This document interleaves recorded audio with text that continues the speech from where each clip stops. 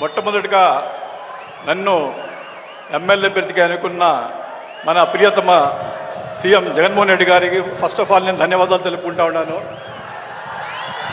ఒక మైనారిటీ అభ్యర్థి అయిన నన్ను ఒక మామూలు మనిషి, మామూలు రైతు బిడ్డ అయ్యి ఒక మామూలు ఉద్యోగి అయిన నన్ను ఈ లెవెల్కు ఆయన 175 మంది సైనికుల్లో ఒక సైనికుడు నన్ను ఎన్నుకున్నందుకు నా ధన్యవాదాలు తెలుపుకుంటా ఉన్నాను. ముఖ్యంగా నేను చెప్పేది ఏమంటే, ఈరోజు రైతులకు కానీ పేద బడుగు బలహీన వర్గాలకు కానీ ఏదైనా మంచి జరుగుతూ ఉందంటే అది కేవలం జగన్మోహన్ రెడ్డి గారి తరఫునే జరుగుతూ ఉంది. వైఎస్ఆర్ పార్టీ తరఫునే ఏదైనా మంచి జరుగుతూ ఉంది. ఈరోజు నేను ఆ కుటుంబంలో చేరుకున్నందుకు నాకు చాలా సంతోషంగా ఉంది. మొట్టమొదటిగా నేను దేవునికి నా ధన్యవాదాలు తెలుపుకుంటా ఉన్నాను. దాని తర్వాత జగన్మోహన్ రెడ్డి గారికి నా ధన్యవాదాలు తెలుపుకుంటాను. ఇప్పుడు ఈ పార్టీలో చేరినందుకు ఇది ఒక పేదల కోసం పనిచేసే పార్టీ.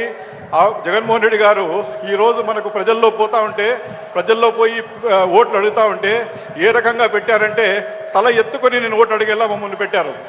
ఎక్కడ చూసినా మాకు పూల వర్షాలు, మంగళహారతులో ప్రతి ఒక్కరూ మమ్మల్ని వెల్కమ్ చేస్తున్నారు.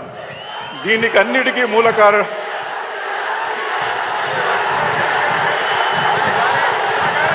ఇంత మంచి సీఎం మన జగన్మోహన్ రెడ్డి గారు మనకు దొరకడం నిజంగానే మన అదృష్టం. ఎక్కడ పోయినా మంగళహారతులు, పూల వర్షాలు తగులుతూ ఉన్నారు.